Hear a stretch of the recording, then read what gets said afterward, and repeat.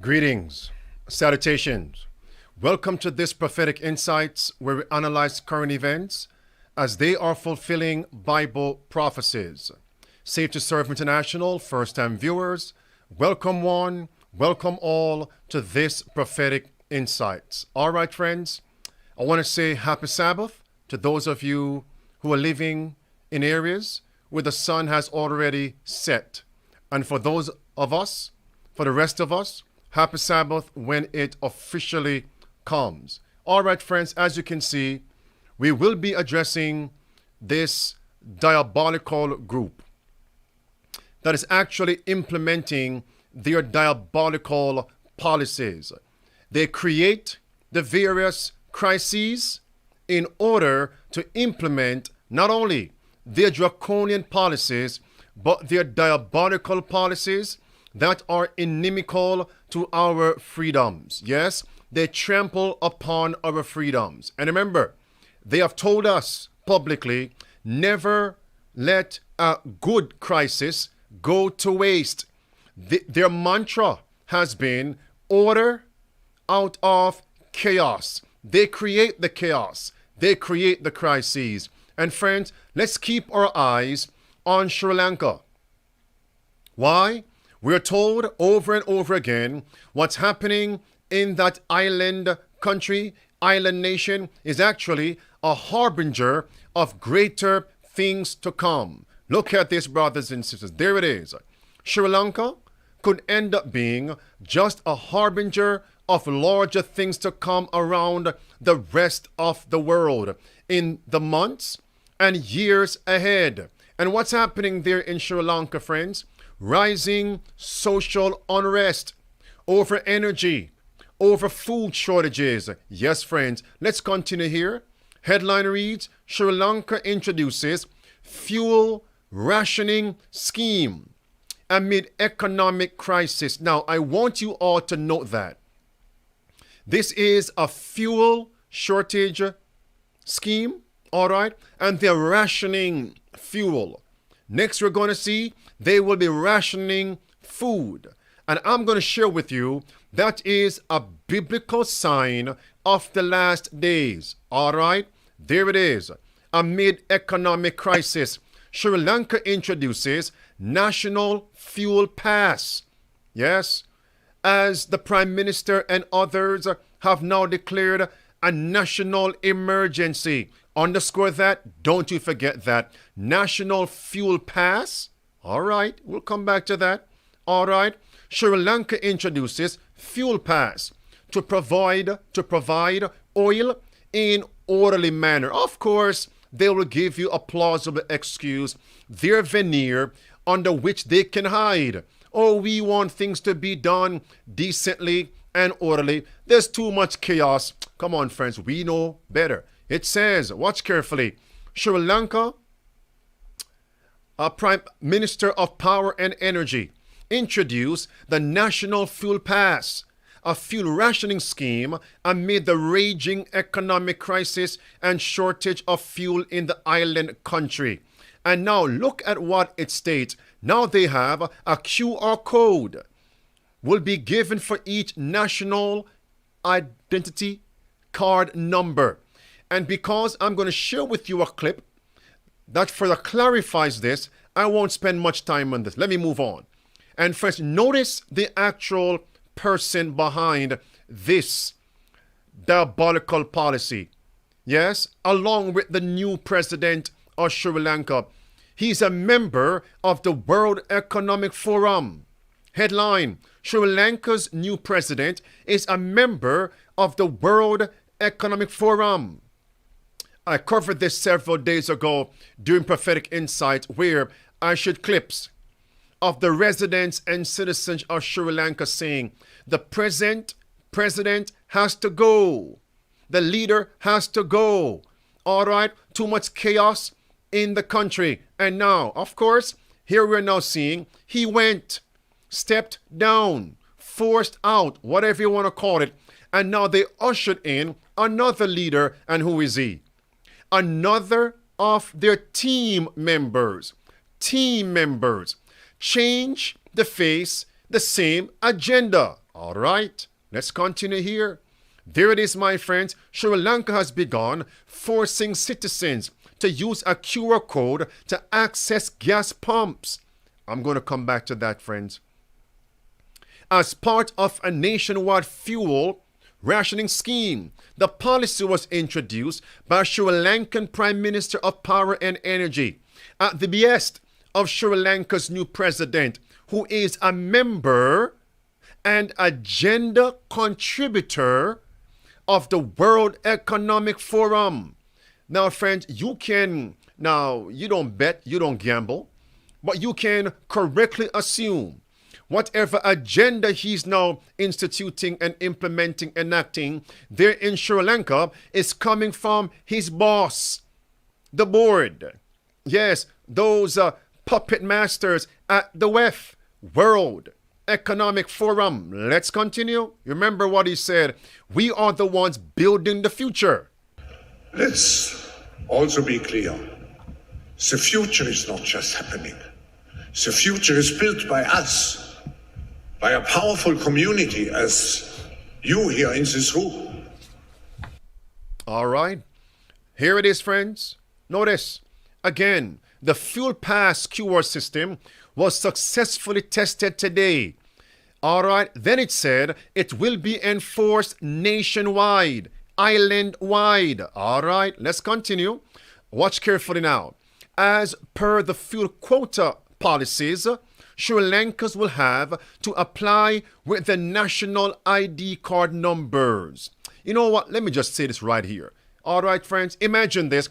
There's a crisis in the land, and they begin to ration various items, various commodities that are essential for your livelihood, essential for your survival.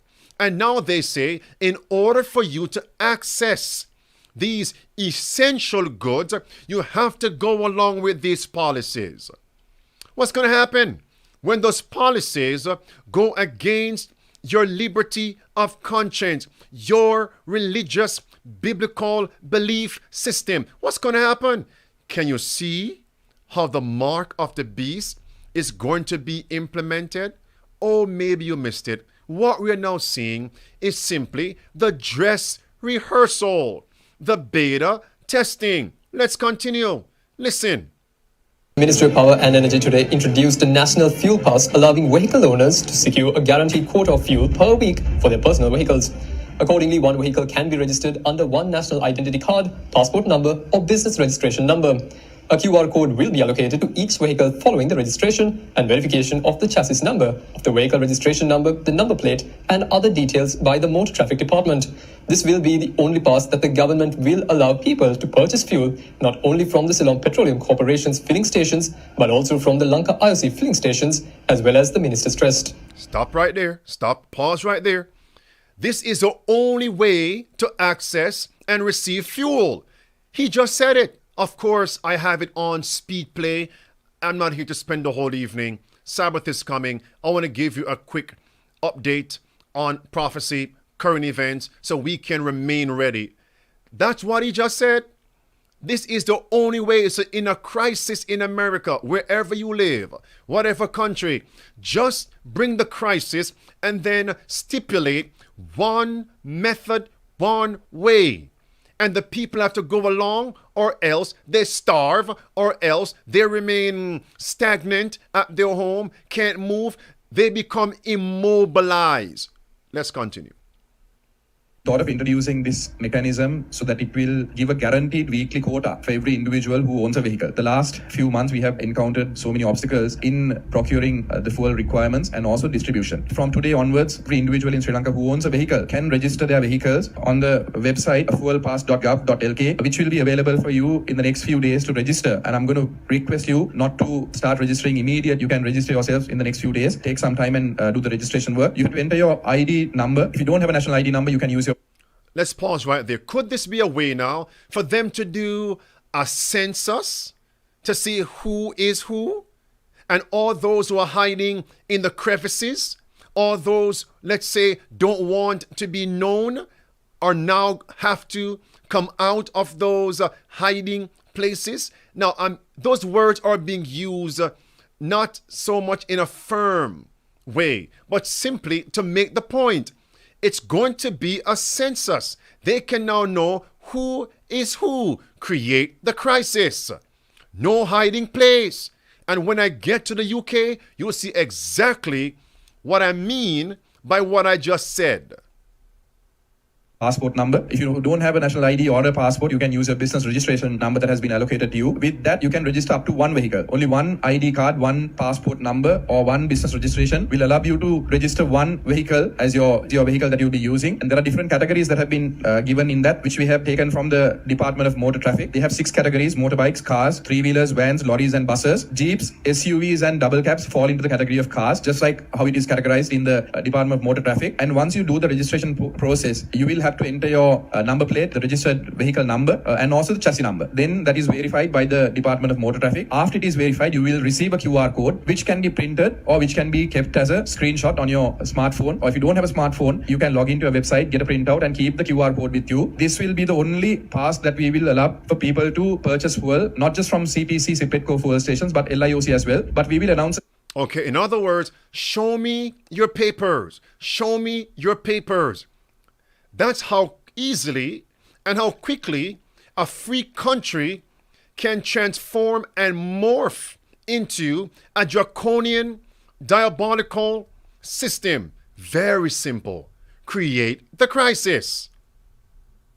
That it will commence from. But once the registration is done, it will take us about 3 or 4 days for us to determine what the quota is going to be. So each vehicle category will be given a guaranteed weekly quota. That weekly quota will not carry that for the next week. So it will be a weekly guaranteed quota. And also the number plate. Wait. A weekly quota?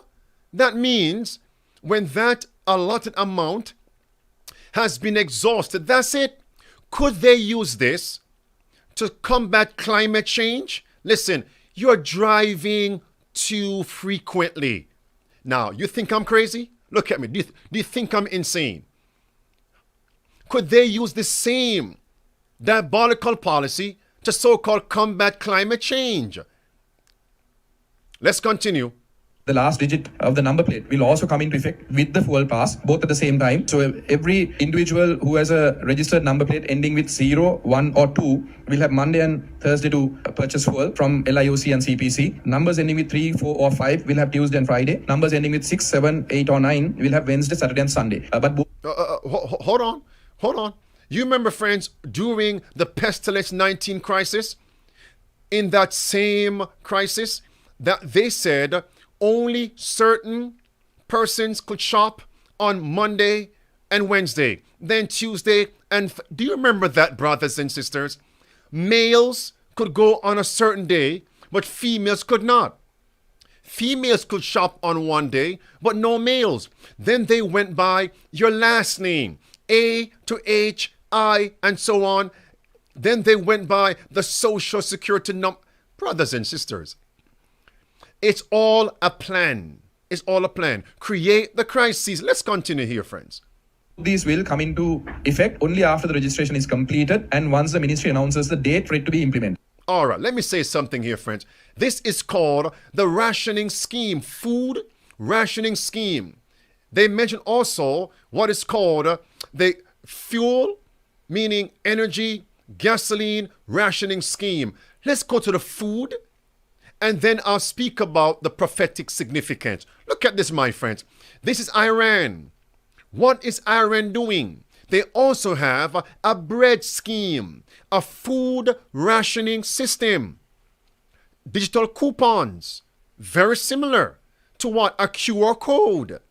And without this QR code, these coupons, 1, you get no food, or 2, you have to spend more money to acquire the bread, acquire the food. It will also cover, they say, vegetable oil, chicken, and cheese. They just began with bread. Okay, with that in mind, I want to share with you this now. Do you remember in the Bible, my friends, when there was the fat cow, the 7 fat cows and 7 skinny cows? Do you remember money failed? The collapse of the economy in Egypt? Do you remember? The people went to the government to get bread. They were government paupers. I'm wondering, Was that also a rationing scheme? Because remember, they returned a year after and said, listen, government of Egypt, what you gave us last year has been exhausted. Now we're willing to sell our land and sell our bodies to get food. It sounds to me like there was also a rationing program going on. Or else they wouldn't have to return for a refill. Are these things making sense, brothers and sisters? And the last thing was, they had to bow down. They bowed down to the government. Let's continue. We see where these things are tending. All right, look at this, friends. Let's swing over now to the UK. Home Office to pilot contactless corridors to allow travelers to breeze through border control. It sounds so good and plausible. Look at this, my friends. It says the ETA will make it harder for those who pose a threat. Don't forget that. Entering the UK, all right? Visitors are going to be forced to submit their biographic, biometric, and contact details to be automatically checked against watch lists and criminal databases. I'm going to ask you a question. I'm wondering, are they going to begin to look at social media posts, videos on YouTube, your posts on Instagram, your posts on Facebook, your posts on your websites, and whatever thing else you have going on the internet to see if you are worthy to enter their country? Oh, you don't believe me. Look at this, friends. Last sentence. The Home Office would also be able to bar visitors if it would not be conducive to the public good. What does that sound like, friends? You mean the common good? I digress. Look at this now, friends. It says, why is the UK about to implement this? Why? Why? Listen to this. The UK is an attractive destination partly because parts of our labor market are under-regulated, which means it is easy to work in the informal economy and therefore disappear off the radar. That means, friends, you're working off the books. All right, listen. Than in other countries where you must prove your right to work and reside. Therefore, it called for the formation of a system of digital identification for all citizens, ensuring that those who want to work and access benefits will need to be able to demonstrate they have a legal right to reside. Oh, friends, it sounds good, plausible. But listen, in 2010, when Prime Minister Blair and Cameron were trying to implement the same scheme, it received a massive backlash from human rights activists. All right, the UK is not alone in attempting to digitize its borders, with the European Union announcing last year that as a part of its post-pandemic transition, the EU Commission would seek to introduce a block-wide digital identity app that would contain passport, driving license, credit card, and other personal information. Oh, brothers and sisters, let's hasten on. Listen to this. Digital border that people are talking about potentially being trialled, coming in 2025. Some people might think this is great. It's all convenient. I've got my phone, off I go. Other people might think, hang on just a nanosecond. Who is collecting all this data? What are you going to be doing with it? And what are the unintended consequences of this? Where do you stand on this whole digitisation of pretty much everything, quite frankly, but specifically on this? I think there's two concerns. I mean, digitisation, we hope, in all areas of public life, particularly the health service, can make our lives easier. But obviously there's two concerns. One is how much information we hand over. And actually, I I don't make every transaction on a debit card because I don't want my bank manager to know everything about my life. I still use cash quite a bit, which I know is... You've got me wondering what you're up to now that you don't want people to know about. That plants some strange thoughts. Well, it's more chocolate biscuits and cake ingredients. But think about who knows the most about your life. It's your spouse, if you have one, your GP, and perhaps your bank manager, because your bank statement tells you everything you've been up to. But the other point, perhaps that wasn't meant as a joke, but joking aside. But remember, friends, when we know about our government, that's what? That is democracy. But when the government knows everything about your life, what is that? That's called tyranny. Don't forget that. Continue.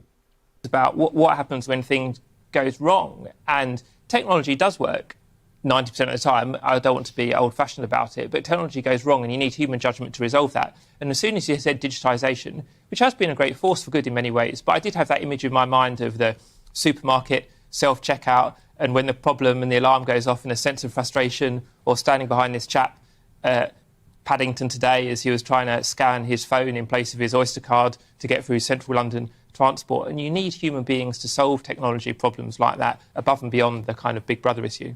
You know what? Let me pause right there. Do you remember right now what's happening also in China?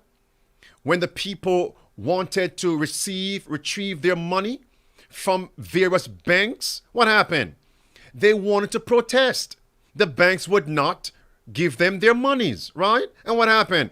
The government of the Panda Nation began to actually turn the color on their QR code red. Red means you cannot travel. All they have to do, create the system out of chaos. Everybody needs this in order to travel, in order to move, in order to buy, in order to sell. If you are deemed a threat, they can simply keep you in one location by changing that color on that smartphone, that app. That's it, friends. And shut you down to kill the protest. Brothers and sisters, do you know where all these things began? Over there in the Panda Nation. There it is. The Panda Nation is using QR codes to try to control Pestilence 19. Now, protesters fear the codes are being used to monitor and track them too. That's it. What I just quoted. It's prevalent, my friends. There it is. Prevalent. Again, and the same Panda Nation is pushing for QR code-based global travel system. What is interesting is the date, 2020. What's happening now in 2022? I told you. The Panda Nation is actually the place where things are tried, tested. That's the dress rehearsal platform. No wonder. The papist stated, China is the model for the Roman Catholic common good. It's the best implementer of the Catholic Church's common good. And the Pope said, the common good has what? Become global. All right. Friends, all they have to do now is to collapse the economy and bring in the CBDC. Woe unto us. And then create more crises in nature and then say our only solution is everybody rest on Sunday, go to church on Sunday, or else suffer these consequences. Beloved, I'm telling you, as we're told in the book The Desire of Ages, page 121, those who are loyal to God will see every earthly support cut off. That's it. And all they have to do is to make everything digital. And by the flip of a switch, they can make you immobile. They can leave you penniless. They can shut you down, marginalize you, ostracize you. There it is, friends. Human laws will be made so stringent that men and women would not dare observe the seventh day Sabbath. For fear of wanting food and clothing, they will join with the world in transgressing God's laws. I have more to share, but I won't.